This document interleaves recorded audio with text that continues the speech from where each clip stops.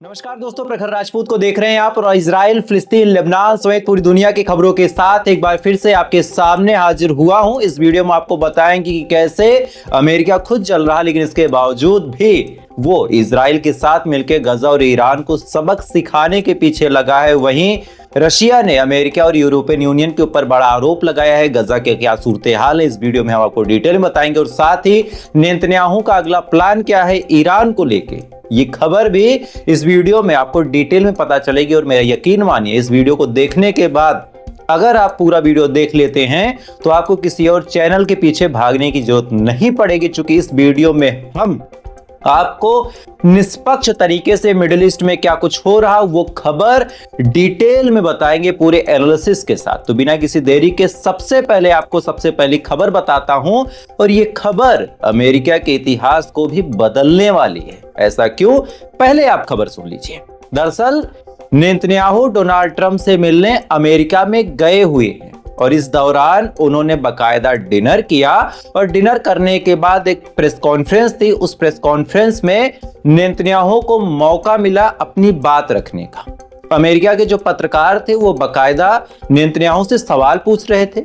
लोगों का जो मुद्दा था वो ये था कि इजराइल अब हमास के साथ सीज फायर कब करेगा, लेकिन जब ये सवाल पूछा गया तब नेतन्याहू का फोकस कहीं और शिफ्ट हो गया।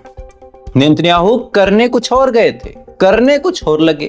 दरअसल लोगों की उम्मीदें थी, आम आवाम की उम्मीद थी कि नेतन्याहू सीज फायर के बारे में कुछ बोलेंगे, ये बताएंगे कि गजा के अंदर जेनोसाइड कब बंद होगा।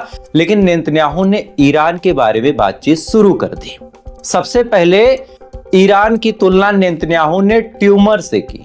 ट्यूमर यानी एक तरह से समझे तो कैंसर ही है ये।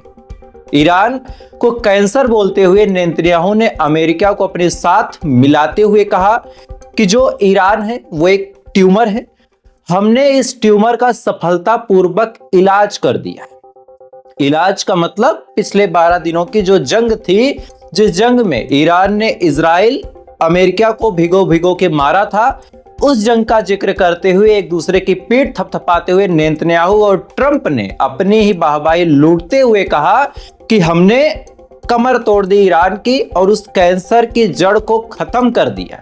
लेकिन जरूरी नहीं कि अगर हमने खत्म कर दिया है तो वो कैंसर, वो ट्यूमर दोबारा ना हो।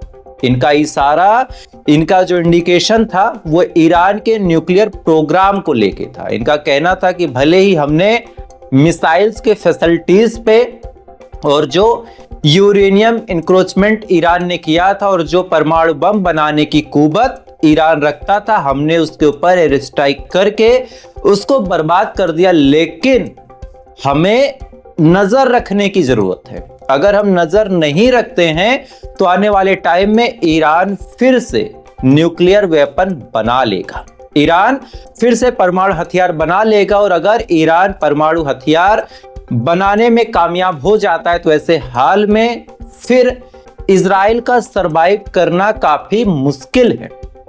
यानी साफ शब्दों में नेतन्याहू का कहना है कि पूरी दुनिया को ईरान के न्यूक्लियर फैसिलिटीज पे नजर रखनी चाहिए, पूरी दुनिया को न्यूक्लियर साइट की तरफ देखना चाहिए कि ईरान गलती से भी न्यूक्लियर वेपन ना बना ले। अच्छा, ये तमाम चीजें चल रही थी और अमेरिका के राष्ट्रपति डोनाल्ड ट्रंप बाकायदा मौका दे रहे थे नेतन्याहू को अपनी बात रखने का। इस दौरान नेतन्याहू ने बखूबी बताया कि ईरान कैसे पूरी दुनिया के लिए खतरा है, कैसे मिडिल ईस्ट की शांति खराब कर देगा, कैसे पूरे मिडिल ईस्ट की जो शांति है वो इजराइल ही बरकरार रखे हुए है। इस दौरान जो नेतन्याहू है उसने ये भी बताया कि कैसे हमास को इस दुनिया में रहने का अधिकार नहीं है, कैसे गजा के अंदर से हमास को खत्म हो जाना चाहिए, इसी के बाद सीज फायर हो सकेगा। इधर ट्रंप भी बाकायदा मौका दे रहे थे। अभी आज शाम को फिर से बाकायदा मीटिंग भी होनी है सेकेंड फेज की, लेकिन इसी दौरान अमेरिका के खुद अपने शहर टेक्सास में लगभग 150 से ज्यादा लोग मर गए, 150 से ज्यादा लोगों की जान चली गई। और इसके बारे में ना ही ट्रंप ने कुछ कहा, ना ही वहां की मीडिया ने कुछ कहा, और ना ही हमारे देश की गोदी मीडिया में इस बारे में कोई चर्चा है। दरअसल टेक्सास में बाढ़ आई।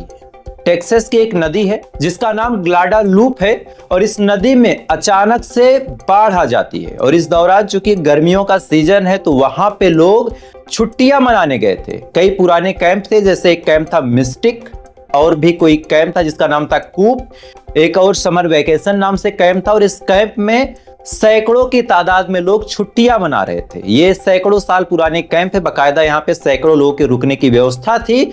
और अचानक से इस नदी में बरसात जब होती है तो 25 मिनट के अंदर लगभग 45 फीट के करीब पानी भर जाता है। 25 मिनट के अंदर 45 फीट के करीब जब पानी भरता है, अचानक से बाढ़ आ जाती है। और इस बाढ़ के बाद ना कोई भाग पाता है, ना कोई कुछ समझ पाता है, क्योंकि रात का वक्त था, लोग गहरी नींद में सो रहे थे। सोने के दौरान अचानक से बरसात होती है। जब तक कोई कुछ समझ पाता तब तक अचानक से पानी का लेवल इस कदर ऊपर चढ़ गया कि पूरा का पूरा जो कैंप था वो उस नदी की आगोश में समा गया। उसके बाद चीख पुकार मची, लेकिन सब के सब उस नदी में बह गए। अभी तक जो रिपोर्ट्स अगर उनको माने तो 120 के करीब लोगों की लाशें मिली हैं इस समर कैंप के अलग अलग हिस्सों से, और 896 के करीब लोग ऐसे हैं जिनको रेस्क्यू किया गया है, और सैकड़ों की तादाद में लोग ऐसे हैं जो अभी बुरी तरीके से घायल हैं, और सैकड़ों की ही तादाद में लोग ऐसे हैं जो अभी तक गायब भी हैं।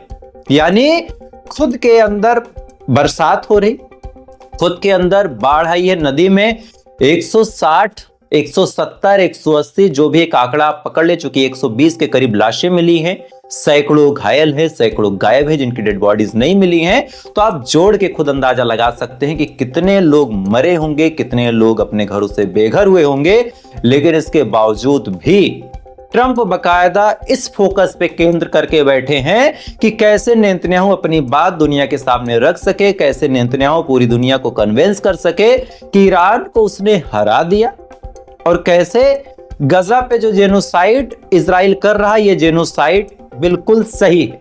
खुद के अंदर इतने लोग मारे गए, इसके बारे में वेस्टर्न मीडिया, हमारे देश की गोदी मीडिया और साथ ही मेन स्ट्रीम जितने भी चैनल है वहां से खबरें गायब है।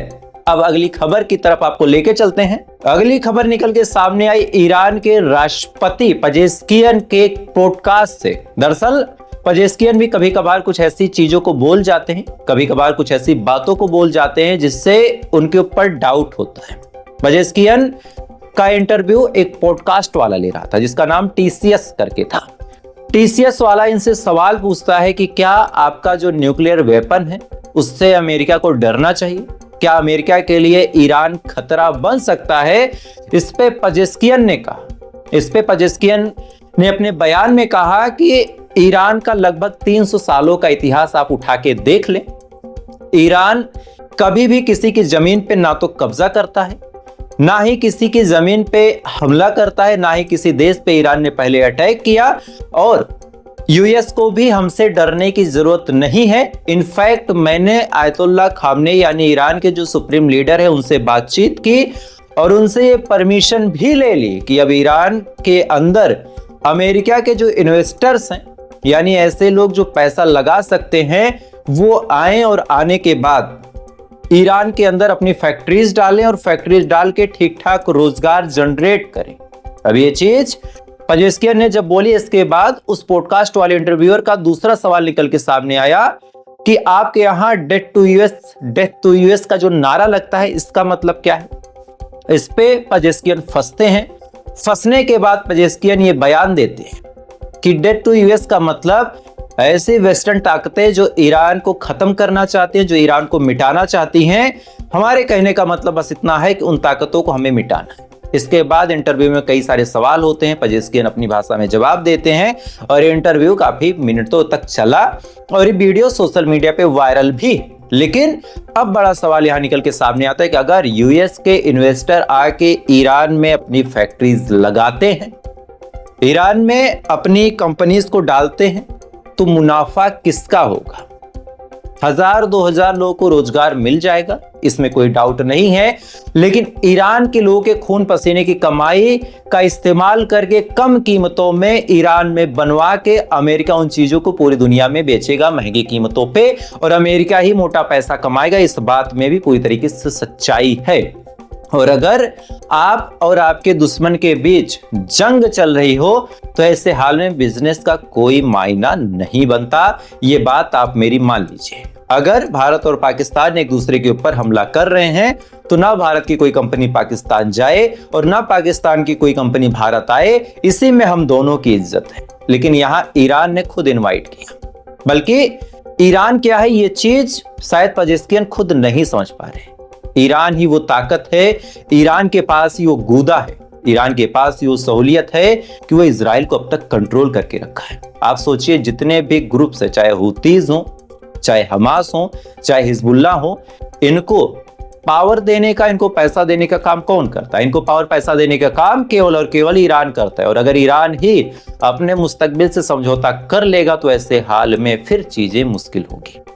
खैर, इधर रशिया ने भी एक बड़ा आरोप यूरोपियन यूनियन और अमेरिका के ऊपर लगाते हुए कहा, और खासकर रशिया के फॉरेन मिनिस्टर अलेक्जेंडर ने प्रेस कॉन्फ्रेंस में ब्रीफ इंटरव्यू देते हुए कहा कि रशिया के खिलाफ यूरोपियन यूनियन और अमेरिका के लोग यानी नाटो कंट्रीज जो हैं वो मिलिट्री कोऑपरेशन करने की तैयारी कर रहे हैं। यानी यूरोपियन यूनियन और जो नाटो देश हैं ये रशिया के खिलाफ अपनी आर्मी भेजने की तैयारी कर रहे हैं। इस खबर को जब आप सुन रहे हैं, सुनने के बाद आपको थोड़ा सा ताजुब होगा, लेकिन आप सोचिए अमेरिका रशिया क्या खेल है इन दोनों का। एक तरफ अमेरिका खड़ा है, एक तरफ रशिया। ना कभी अमेरिका ने रशिया पे हमला किया, ना रशिया ने कभी अमेरिका पे हमला किया। प्रॉक्सीज को लड़ा के पूरी दुनिया में हथियार बेचने का, भेजने का, अपने आप को इस ग्रुप में दिखाने का, उस ग्रुप में दिखाने का इन्होंने ऐसा खेल रचा है कि आज पूरी दुनिया इसमें फंस के रह गई। जब ईरान को सबसे ज्यादा जरूरत थी तब रशिया ने कोई हथियार नहीं दिया था। इस बात को आपको नहीं भूलना चाहिए। जब भारत को जरूरत थी उस टाइम भी अमेरिका साथ नहीं खड़ा हुआ, ये बात आपको नहीं भूलनी चाहिए। ये बस लड़ाते हैं पूरी दुनिया को, और आज फिर ये बयान दिया। अब इससे पूरी दुनिया में सनसनी मचेगी। जो गुट बन रहे हैं, अमेरिका का गुट अलग, इधर रशिया का गुट अलग, ये फिर आपस में लड़ेंगे और यही चीजें चलती आ रही। खैर, सीरिया से भी एक अपडेट निकल के सामने आ रही कि सीरिया के दमिश्क में अचानक से बड़ी आग लगी है और वहां के जंगलों में जो जानवर वो अपनी जान बचा के भाग रहे, और ये आग इतनी तेजी के साथ फैल रही है कि फैलते फैलते ये आग शहर लटाकिया की तरफ बढ़ती चली जा रही है। और सीरिया के राष्ट्रपति अलसरा उर्फ अल जुलानी ने अब यूरोपियन यूनियन से मदद मांगी है कि भाई साहब आओ, आग बुझाने में हमारी मदद करो। और ये तमाम चीजें उस वक्त चल रही है जिस वक्त इजराइल की आर्मी सीरिया के अंदर घुस के बाकायदा सीरिया के लोगों को पकड़ के लेके जा रही है और चार्जेस बता रही कि ये लोग ईरान की तरफ से मुखबिरी करते हैं। तो आप कहानी देखिए, आग लगी, यूरोपियन यूनियन ना के बचाएगा और अंदर सेना ऑपरेट कर रही है इजराइल की। पैसा मिल रहा है इनको तुर्की और अमेरिका से। ये देश है, सर्कस खाना है, क्या है वो आप कमेंट करके मुझे बता देना। लेकिन सीरिया में वाइल्ड फायर का जो रवैया है बहुत तेजी के साथ फैल रहा है और आलम ऐसा है कि अब सीरिया के हालात शायद वही होंगे जो हाल अमेरिका के लॉस एंजलिस का था। इधर गजा के भी कुछ अपडेट्स आपको बता देता हूं। गजा में इजराइल के हमले लगातार तेज होते चले जा रहे हैं। आज एक टेंट जिसको शेल्टर होम बनाया गया था, उस टेंट पे आज इन्होंने हमला किया और इस हमले में दर्जनों लोगों की जान ले ली। कई ऐसे मासूम बच्चे थे जो उस टेंट के अंदर बैठे थे। टेंट का मतलब ऐसा कोई बड़ा सा टेंट नहीं था, एक छोटा सा टेंट था। मैंने विजुअल्स भी देखे। उस टेंट को बाकायदा पहले सेलिंग करके उड़ाया गया, जो लोग उसमें से भाग रहे थे उनको ओपन फायर करके मारा गया। और ये तमाम चीजें उस वक्त की हैं जिस वक्त नेतन्याहू पूरी दुनिया को कन्विंस करने में लगा है, नेतन्याहू पूरी दुनिया को ये बताने में लगा है कि आखिर इजराइल का हमला क्यों जायज है, आखिर इजराइल जो हमला कर रहा है ये हमला क्यों सही है। इधर यूएस में बैठ के, व्हाइट हाउस में बैठ के बाकायदा बिरयानी खाते हुए ये भाई साहब बता रहे हैं कि क्यों हमला जरूरी है। इधर मजलूमों के ऊपर जिस हिसाब से जुल्म सितम करने का काम इजराइल की सेना आईडीएफ कर रही है, शायद आज प्रेस कॉन्फ्रेंस में भी वेस्टर्न मीडिया में से कोई ऐसा नहीं था जो सवाल उठा सके। शायद वहां पे अगर हमारे अपने राजा भाई जैसे लोग होते और अलग अलग लोग होते तो चीजें आसान होती, लेकिन वहां पे शायद उन्हीं लोगों को अलाउ किया गया था जो लोग ऐसे सवालों को ना पूछें, जो लोग बस नेतन्याहू की बातें सुने और नेतन्याहू अपनी बात करके फिर से मीटिंग में चला जाए, क्योंकि सेकंड मीटिंग जो नेतन्याहू और ट्रंप की होनी है उस मीटिंग का भी आगाज हो चुका है, उस मीटिंग की भी शुरुआत हो चुकी है और नेतन्याहू और ट्रंप फिर से बातचीत करेंगे। बातचीत का मुद्दा क्या होगा, बातचीत की कंक्लूडिव रिपोर्ट क्या होगी, ये अभी तक कोई नहीं जानता। खैर ऐसा नहीं कि इजराइल हमला करके एक तरफा जीत रहा है, इजराइल के हमले का जवाब अल-कसम ब्रिगेड भी दे रहा। कल लगभग इनके दर्जनों सैनिकों को एम्बुश लगा के उड़ाया गया, इसके बारे में मैंने एक रिपोर्ट में आपको बताया था। लेकिन अब चूंकि उस टाइम रिपोर्ट 5 लोगों की थी, लेकिन जब अब मैं चेक कर रहा हूं तो ये तादाद बढ़ती चली जा रही है। आलम ऐसा है कि लगभग 10 लोगों को जो आईडीएफ के ठीक ठाक पोस्ट पे थे, 10 लोगों को मारने का काम इस समय हमास कर चुका। मारने का तरीका बड़ा सिंपल था, ये लोग गए थे वहां पे अटैक करने, एम्बुश लगाया गया और एम्बुश लगाने के बाद इन लोगों को उड़ा दिया, सब गए, जल के खत्म हुए। लेकिन नेतन्याहू को क्या फर्क पड़ेगा, उसका काम गजा की जमीन को कब्जा करने है, मौका मिलेगा कब्जा कर लेगा और यही सच्चाई है। खैर तो आज की ये बड़ी खबरें थी, इन खबरों के बारे में आपकी क्या राय है कमेंट कीजिएगा और आज से वीडियो इसी फॉर्मेट में आएगी।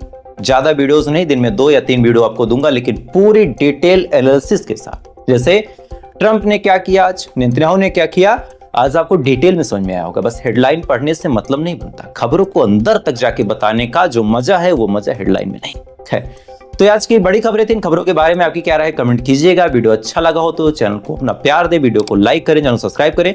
थोड़ी देर बाद फिर मुलाकात होगी इजराइल, फिलिस्तीन, लेबनान समेत पूरी दुनिया की खबरों के साथ। तब तक आप अच्छे रहिए, खुश रहिए, ऊपर वाला आपकी हिफाजत करे।